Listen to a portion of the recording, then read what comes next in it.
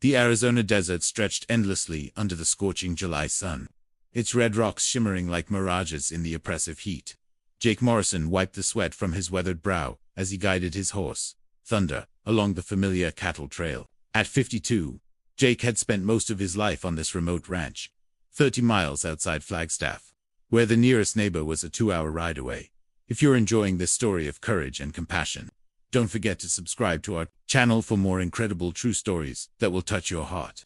The isolation had never bothered him much, not since Martha passed 5 years ago. The ranch was his sanctuary, a place where the only sounds were the wind through the sagebrush and the distant call of hawks circling overhead. But today, something felt different. Thunder suddenly snorted and pulled against the reins, his ears flicking nervously toward a cluster of cottonwood trees near the dried creek bed. Jake had learned to trust his horse's instincts over the years. They'd saved his life more than once in rattlesnake country. Easy boy, Jake murmured, dismounting and tying Thunder to a sturdy mesquite bush. The horse's behavior was unusual. Thunder was typically calm around wildlife. As Jake approached the grove, the Arizona wind carried an unusual sound, not the typical desert noises he knew by heart, but something that made his blood run cold. It was barely audible, almost lost in the rustling leaves, but unmistakably human. A soft whimper, weak and desperate, his heart pounding. Jake pushed through the thorny underbrush, following the sound. What he discovered behind the largest cottonwood tree would haunt him forever. Chained to the massive trunk was a young Native American girl, no more than 16 or 17 years old. Heavy iron shackles bound her wrists and ankles to the tree, the metal cutting into her skin. Her traditional Apache dress was torn and filthy, her long black hair matted with dirt and debris. She was unconscious, her breathing shallow and labored. Jake's hands trembled as he knelt beside her. In all his years in Arizona, he'd heard stories, whispered rumors of human trafficking rings that preyed on vulnerable Native American women from the reservations. But seeing it with his own eyes was different. The girl's face was gaunt from hunger and dehydration, her lips cracked and bleeding. "Jesus," he whispered, his voice barely audible in the desert silence. The shackles were old, but strong, probably salvaged from some abandoned mine. Jake examined them closely, his rancher's practical mind assessing the situation. These weren't modern restraints, they were heavy iron, the kind used decades ago. But they were locked tight, and the girl was growing weaker by the minute.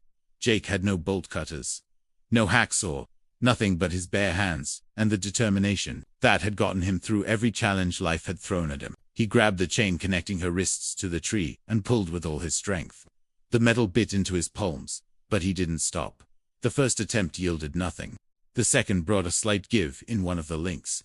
By the third pull, blood was running down his arms, but Jake could feel the metal beginning to weaken. Years of ranch work had given him the kind of strength that came from lifting hay bales and wrestling cattle, and he channeled every ounce of it into breaking those chains. With a sharp crack that echoed through the grove, the first chain snapped. The girl stirred slightly, her eyes fluttering open for just a moment. They were dark brown, filled with a mixture of fear and confusion, before closing again.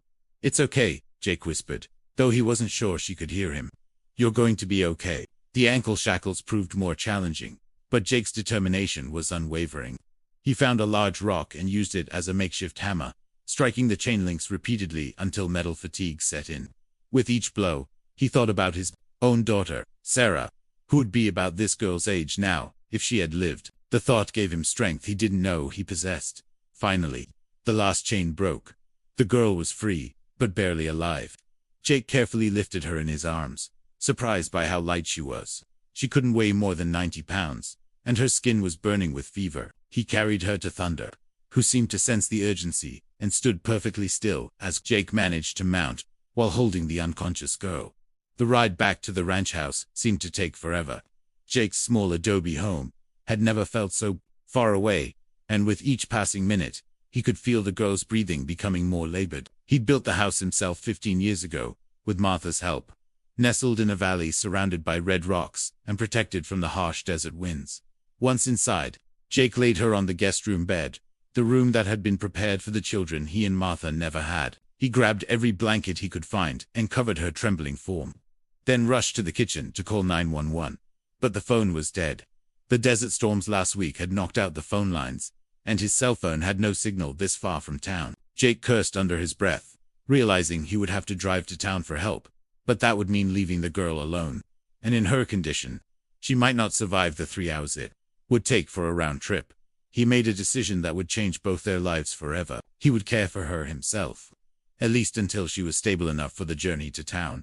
Jake had some basic medical training from his army days, though that was nearly 30 years ago.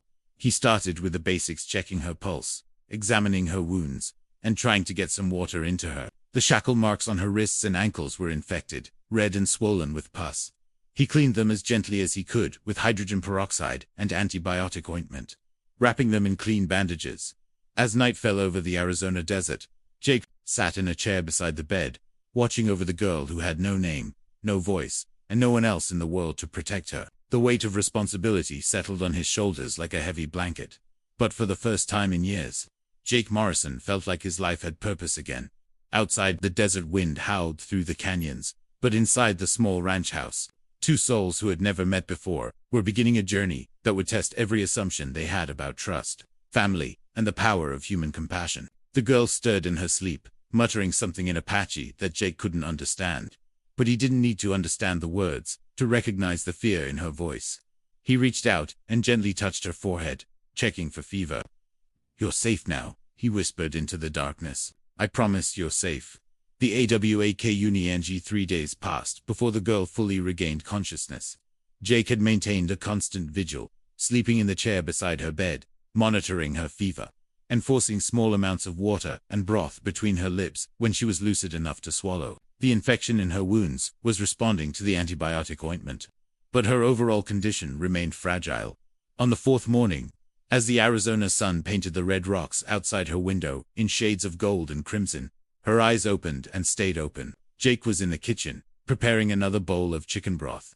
When he heard movement from the guest room, he found her sitting up in bed, her back pressed against the headboard, eyes wide with terror. She was speaking rapidly in Apache, her voice hoarse but urgent. When she saw Jake in the doorway, she pressed herself further against the wall, her body trembling. "Hey, it's okay," Jake said softly, staying in the doorway to give her space. "You're safe. My name is Jake. I found you in the desert." She stared at him, her dark eyes darting between his face and the exits. Jake realized she was assessing escape routes, calculating whether she could make it to the window or past him to the door. The thought broke his heart. What had she endured that made her so afraid? "I'm not going to hurt you," he continued, his voice gentle but firm. "You were chained to a tree. I broke the chains and brought you here. Do you remember?" Recognition flickered in her eyes, followed by confusion. She touched her wrists, feeling the bandages where the shackles had been. Her fingers traced the clean white gauze, and Jake saw the exact moment she realized she was no longer captive. "Water," she whispered, the word barely audible. Jake slowly approached with a glass of water, moving like he would around a spooked horse. She watched his every movement, but when he offered the glass, she accepted it with shaking hands. She drank deeply, water spilling down her chin, and Jake could see the profound relief in her expression. "What's your name?" he asked gently. She looked at him for a long moment, as if weighing whether to trust him with even that basic information. Finally, she spoke. "Ayana." "Ayana," Jake repeated, trying to get the pronunciation right. "That's a beautiful name. Do you know where you're from, Ayana?" Her face darkened, and she shook her head. "Far," she said simply. Over the next few hours, Jake learned fragments of her story. Her English was limited, but functional, supplemented by gestures and the occasional Spanish word. She was from the San Carlos Apache Reservation, about 200 miles south. She'd been taken from her grandmother's house 3 months ago by men she didn't know, white men, who spoke English and Spanish, but no Apache. "They said they would kill my grandmother if I tried to escape," she told him, her voice hollow. "They moved me many times. Different places, different men." The last word came out as barely a whisper. Jake felt a surge of rage that he carefully controlled. He'd suspected trafficking, but hearing it confirmed made his blood boil. "How did you end up chained to that tree?" "I tried to run," she said, touching her bandaged wrists. "The man who owned me was angry. He said I would stay there until I learned to be obedient." She spat the last word like a curse. "Where is he now?" Ayana shrugged. "Gone. He said he would come back, but it's been many days. I think maybe he forgot about me." The casual cruelty of abandoning a chained teenager to die in the desert was almost too much for Jake to process. He excused himself and walked out to the porch, where he stood for several minutes, breathing deeply and trying to contain his anger. The desert stretched out before him, beautiful and merciless. And he thought about all the people who had probably died out there, forgotten and alone. When he returned to the room, Ayanna was trying to stand. Her legs gave out immediately, and Jake caught her before she hit the floor. She was heavier than she'd been when he first found her, a good sign, but still dangerously underweight. Easy, he said, helping her sit back on the bed. You need to rest. Your body needs time to heal. I can't stay here, she said, panic rising in her voice. If they find me, they won't, Jake interrupted firmly. This place is in the middle of nowhere. I've lived here for 15 years, and some weeks I don't see another human being. You're safe here. She studied his face, looking for deception or hidden motives. Jake understood her wariness after what she'd been through. Trust would be the hardest thing to rebuild. Why? She asked finally. Why are you helping me? It was a fair question, and Jake found himself thinking about it seriously. Because it's the right thing to do, he said finally. Because everyone deserves to be free. Because he paused, surprised by the emotion in his own voice. Because my daughter would be about your age now, if she had lived. Ayanna tilted her head, studying him with new interest. What happened to her? She was born too early, Jake said softly. She lived for 3 days. That was 20 years ago, but I still think about her every day. What she would have looked like, what she would have been interested in, who she would have become. He met Ayanna's eyes. I think about what I would want someone to do for her, if she were alone and scared and needed help. For the first time since she'd awakened, Ayanna's expression softened. I'm sorry, she said quietly. Me too, Jake replied. Now, let's get some food in you. Real food this time, not just broth. He helped her to the kitchen, where she sat at the small wooden table Martha had picked out from an antique store in Flagstaff. Jake prepared scrambled eggs, toast, and fresh fruit, simple foods that wouldn't upset her stomach. As she ate, he noticed her looking around the house with curiosity. You live here alone? She asked between bites. Yeah. My wife passed away 5 years ago. Cancer. I'm sorry, she said, echoing his earlier words. She would have liked you, Jake said, surprising himself with the admission. Martha always said she could tell a person's character by looking in their eyes. She would have seen your strength. Ayanna ate slowly, savoring each bite. Jake realized it was probably the first real meal she'd had in months. When she finished, she looked up at him with an expression he couldn't quite read. What happens now? She asked. It was the question Jake had been dreading. The right thing to do would be to drive her to the authorities, get her proper medical care, and help her reunite with her family. But something in her eyes, a bone-deep wariness that went beyond physical exhaustion, made him hesitate. What do you want to happen? He asked instead. She was quiet for a long time, staring out the window at the desert landscape. I want to go home, she said finally. But I can't. Not yet. Why not? Because I'm not the same person who left, she said, her voice barely above a whisper. I don't know who I am anymore, and I'm afraid. I'm afraid of what they'll see when they look at me. Jake understood. Trauma left invisible scars that sometimes took longer to heal than the physical ones. You don't have to decide right now, he said gently. You can stay here as long as you need to, until you're ready. For the first time since he'd found her, Ayanna smiled. It was a small, tentative smile, but it transformed her entire face. Thank you, she said. As the sun set over the Arizona desert, painting the sky in brilliant oranges and purples, Jake showed Ayanna around the small ranch. She moved carefully, still weak, but her curiosity was evident. She touched the wooden fence posts, examined the wildflowers growing near the house, and stood for a long time watching the horses in the corral. They're beautiful, she said. Speaking of Thunder and the 2 mares, Jake kept for ranch work. Do you ride? He asked. A little. My grandfather taught me when I was small. Her voice carried a note of sadness. He died when I was 12. I'm sorry, Jake said. It sounds like he was important to you. He was the one who taught me to be strong, she said. To never give up, even when things seem impossible. She touched the bandages on her wrists. I think he would be proud that I survived. I think he would too, Jake agreed. That night, for the first time in 3 days, Jake slept in his own bed, instead of the chair in the guest room, but he left both bedroom doors open, just in case Ayanna needed anything during the night. As he drifted off to sleep, he found himself thinking about the strange turns life could take. How sometimes the most important moments came disguised as ordinary days. He had no way of knowing that the girl sleeping in his guest room would change his life in ways he couldn't imagine. or that the bond forming between them would be tested in ways that would force them both to discover exactly how strong they could be. Building TRUS 2 weeks passed in a rhythm that neither Jake nor Ayanna had expected. Each morning, Jake would wake before dawn to tend to the cattle and horses, returning to find Ayanna already awake, sitting on the porch watching the sunrise paint the desert in shades of gold and red. She was gaining weight steadily, her cheeks filling out and her eyes losing some of their haunted quality. The physical wounds were healing well, but Jake could see that the invisible scars ran much deeper. Ayanna, startled at sudden noises, never sat with her back to a door, and sometimes woke in the middle of the night, crying out in Apache. On those nights, Jake would hear her pacing in the guest room, and he would make coffee and sit on the porch, letting her know through his presence that she wasn't alone. "Tell me about your ranch," Ayanna said one morning as they sat on the porch, sharing coffee and watching the horses graze in the distance. Jake smiled, settling back in his chair. "Well, it's not much to look at, but it's home. Martha and I bought this land 20 years ago, just 300 acres of desert and dreams. We had big plans."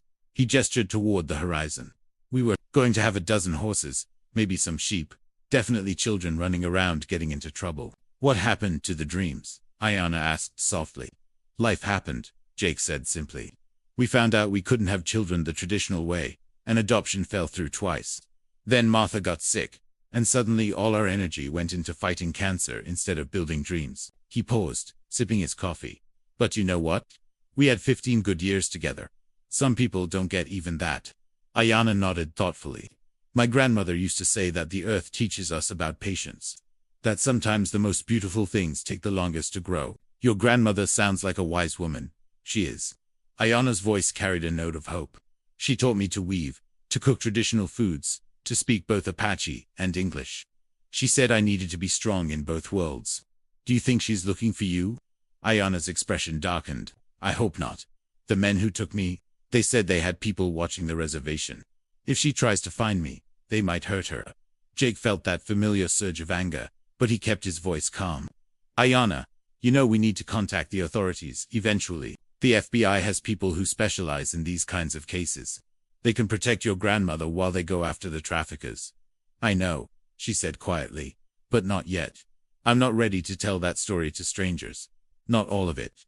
Jake understood. He'd learned that healing couldn't be rushed, and trust had to be earned one day at a time. "Okay," he said. "But promise me you'll let me know when you are ready." "I promise." That afternoon, Jake decided to teach Ayanna how to ride Thunder. The big horse had always been gentle, despite his size, and Jake thought the activity might help her regain some sense of control and freedom. "He's so big," Ayanna said, reaching up to touch Thunder's neck. The horse nuzzled her hand, seeming to sense her nervousness. "He's gentle," Jake assured her. "Thunder's been my partner for 8 years.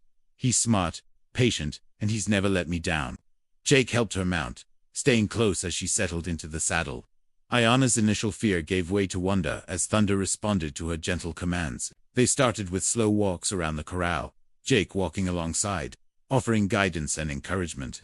"I remember this feeling," Ayanna said, her voice filled with something Jake hadn't heard before. "Joy, the freedom of it. Like nothing can catch you." "That's exactly right," Jake said, smiling at the transformation in her expression. "Want to try going a little faster?" By the end of the afternoon, Ayanna was riding Thunder at a slow trot, her face glowing with accomplishment. Jake realized it was the first time he'd seen her truly happy since he'd found her. "Thank you," she said as they cooled down the horse. "I'd forgotten that I could feel... normal." "You are normal," Jake said firmly. "What happened to you doesn't define who you are." That evening, as they prepared dinner together, Ayanna opened up more about her life before the trafficking. She told Jake about her grandmother's house on the reservation, with its traditional hogan, alongside a modern trailer. She described the sunrise ceremonies she'd participated in, the traditional foods she'd learned to prepare, and the stories passed down through generations. "I want to go to college," she said suddenly, as if the admission surprised her. "I want to study social work, maybe become a counselor for other Native women who've been through what I've been through." Jake looked up from the vegetables he was chopping.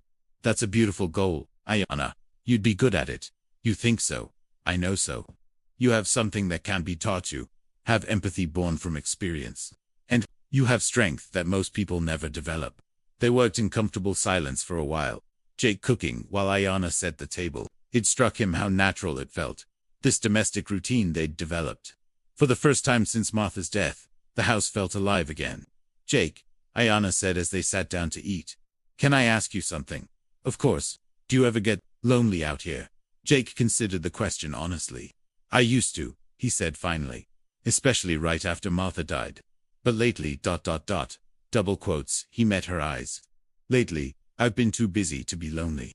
After dinner, they sat on the porch watching the stars emerge in the clear desert sky. Ayanna had wrapped herself in one of Martha's old quilts, and Jake thought about how his wife would have loved this, the quiet companionship, the sense of purpose that came from helping someone heal. "I've been thinking about what you said," Ayanna said quietly, "about contacting the authorities." Jake's heart rate quickened, but he kept his voice neutral. "What are you thinking?" I think I need to do it. Not just for me, but for other girls who might be in the same situation. The men who took me, they're still out there. They're still hurting people." "That's very brave of you," Jake said, meaning it completely. "I'm scared," she admitted. "But I'm more scared of what happens if I don't speak up. What if they take another girl from the reservation? What if she's not as lucky as I was?" "You weren't lucky," Jake said gently. "You were strong. You survived because you never gave up fighting." "Maybe," she said. "But I was also lucky that a good man found me. Not everyone has that." They made plans to drive to Flagstaff the next day to speak with the FBI. Jake would stay with her throughout the process, providing whatever support she needed. As they prepared for bed, Ayanna paused at the door to the guest room. "Jake," she said, "thank you for everything. For saving my life, for letting me heal, for believing in me when I couldn't believe in myself." "Thank you," Jake replied, "for reminding me that life still has surprises in store. Good surprises." That night, Jake slept better than he had in years. In the morning, they would begin the difficult process of seeking justice. But tonight, he felt something he hadn't experienced since Martha's death: hope for the future. In the guest room, Ayanna lay awake staring at the ceiling, her mind racing with thoughts of tomorrow. She was terrified of reliving her trauma in a room full of strangers. But she was also determined to make sure no other girl went through what she had endured. She thought about her grandmother, wondering if she was still alive, still waiting for her granddaughter to come home. She thought about the men who had hurt her, and for the first time, she felt something other than fear. When she imagined them, she felt anger. Clean, righteous anger that gave her strength. Most of all, she thought about Jake, the lonely rancher, who had broken her chains with his bare hands and then spent weeks helping her remember who she was underneath all the trauma. She didn't know what the future held, but she knew she wouldn't face it alone. Coming home, the FBI field office in Flagstaff was nothing like what Ayanna had imagined. Instead of the sterile, intimidating environment she'd feared, Agent Sarah Martinez met them in a comfortable conference room with soft lighting and a view of the San Francisco peaks. Agent Martinez was a woman in her 40s, with kind eyes and a gentle manner that immediately put Ayanna at ease. "Take your time," Agent Martinez said, as Jake sat beside Ayanna at the round table. "We're here to listen, not to judge. And remember, you're in control of this process." For the next 3 hours, Ayanna told her story. Jake held her hand when she needed support, and Agent Martinez asked careful, respectful questions that helped fill in the details without re-traumatizing her. When Ayanna described the location where she'd been chained, Agent Martinez immediately dispatched a forensics team to collect evidence. "You're incredibly brave," Agent Martinez said as they concluded the interview. "The information you've provided is going to help us build a strong case against these traffickers." "What happens now?" Ayanna asked. "Now we investigate. We'll coordinate with tribal police and other federal agencies, and we'll make sure you're safe throughout the process." Agent Martinez handed Ayanna a card. "This is my direct number. You can call me anytime, day or night." As they drove back to the ranch, Ayanna was quiet, emotionally drained from reliving her ordeal. Jake didn't push conversation, instead letting the familiar desert landscape provide comfort. It wasn't until they pulled into the ranch driveway that she spoke. "I want to call my grandmother," she said suddenly. Jake nodded. "We can do that." Agent Martinez said she'd arranged for protection on the reservation. That evening, with Jake's support, Ayanna made the call she'd been dreading and longing for in equal measure. Her grandmother's voice broke when she heard Ayanna's voice, and both women cried as they spoke in rapid Apache, their words tumbling over each other in their eagerness to reconnect. "She thought I was dead," Ayanna told Jake after hanging up. "She said she never stopped praying for me to come home, but she was afraid to hope too much. When do you want to see her? Jake asked, though the question made his heart ache. He knew their time together was coming to an end. Soon, Ayana said, but not yet. I need to be stronger first. I need to be ready to answer her questions. 2. Help her understand what happened without destroying her faith in the world. Over the next month, Ayana continued to heal, both physically and emotionally. She helped Jake with ranch work, learning to repair fences and care for cattle. She cooked traditional Apache meals, filling the house with new aromas, and bringing her culture into Jake's world. Most importantly, she began to reclaim her sense of self. I've been thinking about college again, she said one evening as they watched the sunset from the porch. There's a program at Northern Arizona University for Native students. They have a strong social work department. That's wonderful, Jake said, though he wondered where that left him. The house would feel empty without her laughter, without her presence giving it life. I could commute from here, she said casually, not meeting his eyes. If that would be okay with you, I could help with the ranch work, maybe even get a part-time job in town to help with expenses. Jake's heart soared. Ayana, are you sure? You don't owe me anything. You're free to go wherever you want. Live whatever life you choose. I know, she said, finally meeting his eyes. But this feels like home now. You feel like family. And I think maybe we both needed each other. Jake felt tears prick his eyes. I'd love to have you stay. For as long as you want. There's something else, she said. I want to start a support group for trafficked women. Maybe meet here at the ranch once a month. Give them a safe space to heal, like you gave me. Martha would have loved that idea, Jake said, his voice thick with emotion. 6 months later, the first meeting of the Desert Rose support group convened in Jake's living room. 5 women of various ages and backgrounds gathered to share their stories and support each other's healing. Ayana facilitated the group with a combination of traditional Apache wisdom and modern therapeutic techniques. She was learning in her social work classes. Jake made himself scarce during the meetings, but he made sure the house was welcoming and that there was always fresh coffee and homemade cookies available. He could hear the women talking and sometimes crying, but he also heard laughter, the sound of people reclaiming their joy. How do you do it? Asked Maria, a young woman who'd been rescued from a trafficking ring in Phoenix. How do you stay so positive after everything you've been through? Ayana looked out the window at the desert landscape that had become her sanctuary. I learned that healing isn't about forgetting what happened to you, she said. It's about deciding that what happened to you doesn't get to decide who you become. I had help with that lesson. After the meeting, as the women were leaving, Maria approached Jake. Thank you, she said simply, for opening your home to us, for helping Ayana become who she is now. She did the hard work herself, Jake replied. I just provided the space. Sometimes that's everything, Maria said. That night, as Jake and Ayana cleaned up after the meeting, she turned to him with a serious expression. I got a call from Agent Martinez today. They arrested the man who chained me to the tree. Jake stopped wiping down the counter. How do you feel about that? Good, she said firmly. Really good. He can't hurt anyone else now. Are you okay with testifying at the trial? Yes, she said without hesitation. I'm ready. I want to look him in the eye and let him know that he didn't break me, that I'm stronger now than I was before. The trial took place 8 months later. Jake sat in the gallery as Ayana testified, his heart breaking and swelling with pride, as she told her story with quiet strength and dignity. The jury deliberated for less than 2 hours before returning a guilty verdict on all charges. He got life without parole, Ayana told Jake outside the courthouse. It's over. How do you feel? Free, she said simply. Really, truly free.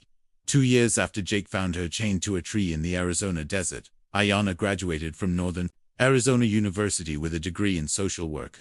Jake sat in the audience, bursting with pride as she walked across the stage. Martha would have been so proud, he thought.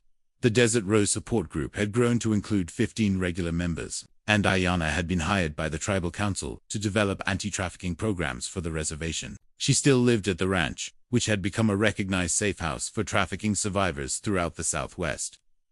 I have something for you, Jake said, on the evening of her graduation, handing her a small wrapped box. Inside was a silver pendant shaped like a desert rose, the crystal formation found in the Arizona desert. Beautiful and strong despite harsh conditions. It's perfect, she said, tears in her eyes. Read the inscription, Jake said.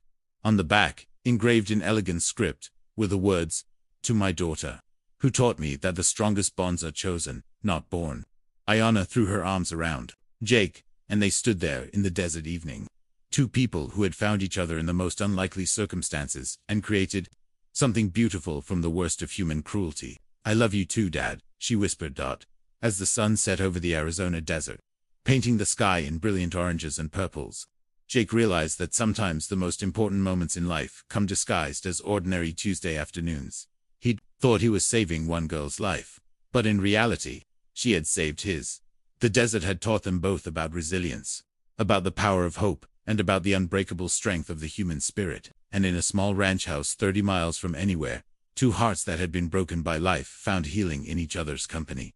This incredible story of survival, healing, and the power of human compassion shows us that hope can bloom even in the harshest conditions. If this story touched your heart, please subscribe to our channel for more inspiring tales that celebrate the resilience of the human spirit. And remember, sometimes, the most extraordinary gifts come wrapped in the most ordinary moments, based on the universal themes of human resilience, compassion, and the healing power of chosen family. This story reminds us that every person has the capacity to change another's life through simple acts of kindness and courage.